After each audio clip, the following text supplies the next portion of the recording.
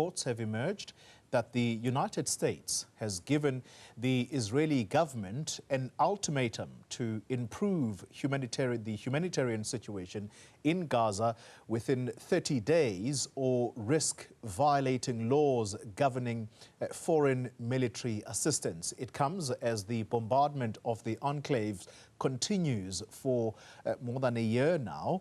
And let's get more on the significance of this messaging by America.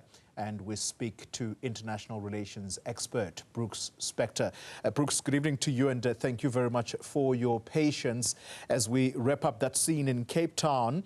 Let's come to this warning by the United States government against the Israeli government, and the two are very close allies. What do you make of this ultimatum? Because that's what it is. Within 30 days, if Israel does not improve or at least allow for the humanitarian corridor in Gaza, then it might risk losing America's support, particularly as it relates to giving it arms. What do you make of that?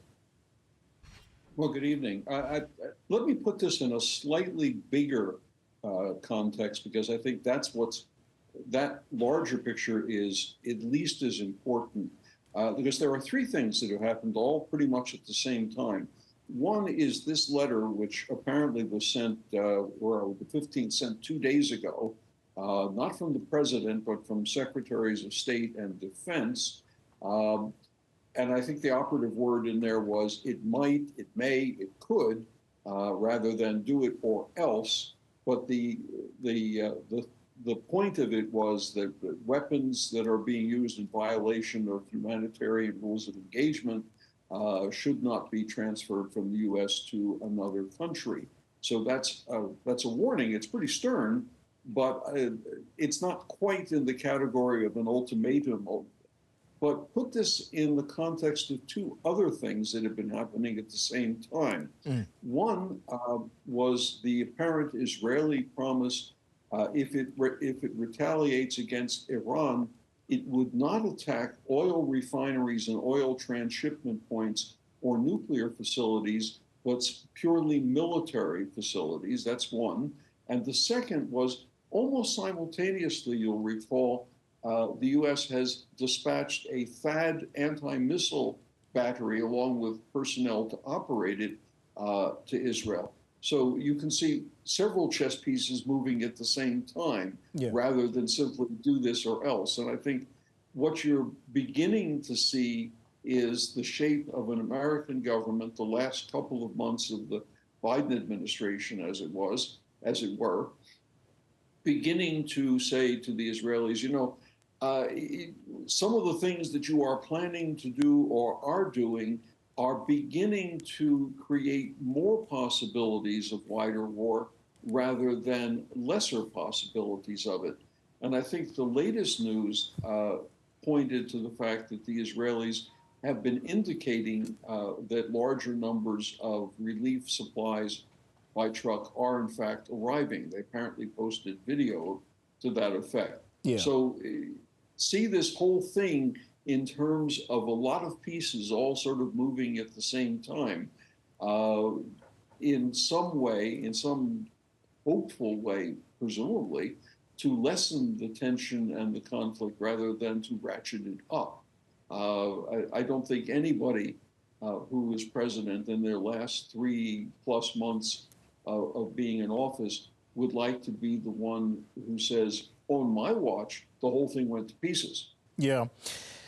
We can't ignore the fact that America is days away from an election now, Brooks Spector. And some people might suggest that it is something of a, it's not really a coincidence that the Biden-Harris administration is finally finding its voice. How much of an influence does Kamala Harris has in this, or do you think that Joe Biden is still firmly in charge here after being ignored several times by the Israeli government when he called for restraint? Well, you know, everything has a political aspect to it. It's pretty rare on this planet for something not to be. But in the three things that I mentioned, the three actions that I was talking to, one of them would look as if it is strengthening Israel. One of them might be seen to be neutral, and one of them might be seen to be a finger wag at this, you know, so it's a delicate sort of dance, I think, the Biden administration is trying to carry out. One, to demonstrate it is not yet ended, it is not yet over. The full weight and power of the government still rests with Joe Biden. At the same time, as he is clearly trying not to upset the way Kamala Harris is trying to portray herself, and further, at the same time, trying to make sure that the conflict does not get any worse than it already is. I mean, imagine the horrific moment if an Iranian guided missile hits a major city in Israel and causes damage and holy sites for one religion or another or all of them, and there are many casualties. Just exactly where would we be then in the world if something like that were to happen? Yeah. And at the same time, if more relief supplies can arrive, that's a very modest, but it's an uptick. And if you can extract a promise from the Israelis and hold them to it that they won't attack nuclear facilities in Iran, maybe you can count that as a plus as well. Joe Biden is clearly trying to say, I am still in charge, and I am in charge until January 20th at midday. How true or how credible are suggestions by some political observers that Israel will not attack Iran, will not avenge the missiles, the ballistic missiles that were launched on Israel on the 1st of October, up until the US election is done and dusted? Do you think that this may be the clearest indication, if indeed Israel does behave and does not launch that revenge attack on Iran up until the American election is over? Well, you want me to take my crystal ball out and brush it off and tell you what's going to happen? My crystal ball doesn't work anymore. I've given up on it. I think the Israeli government, Benjamin Netanyahu, is something of a gambler, obviously, but I think he realizes too that he has a lot at stake in not ratcheting upward. Remember, he's not a popular figure with great many Israelis. And he is hoping, presumably, that Donald Trump will win. And maybe he goes to sleep at night wondering, what am I going to do if it is indeed Kamala Harris who succeeds Joe Biden? And you put all those together, Benjamin Netanyahu is something of a gambler, but even he probably can't parse out the odds on this one with any precision. Final question to you, and it relates now to the image of the United Nations. And I want to quote the Turkish president here, President Erdogan, who says, and I quote, "The image of the UN, which cannot protect its own personnel, is shameful and worrying." Is he barking up the wrong tree here?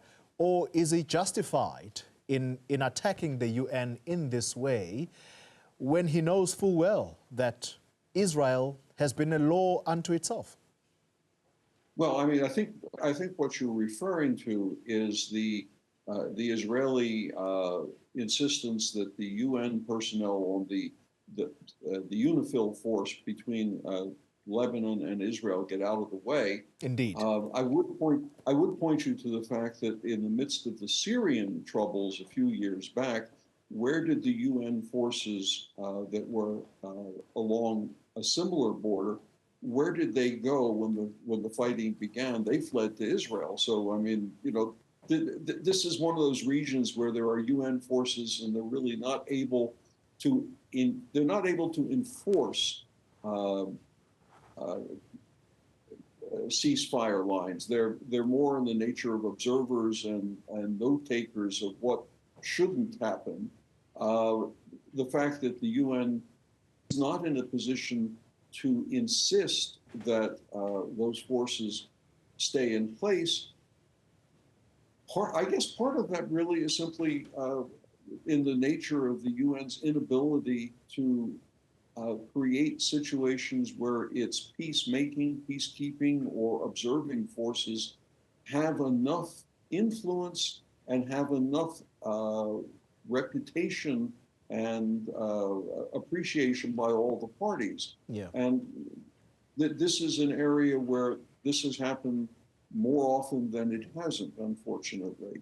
I'm intrigued that the Turkish president, as you cite him, is criticizing the UN rather than the Israelis, which is sort of interesting in its own way. Brooks Spector, thank you very much for your time and insights tonight.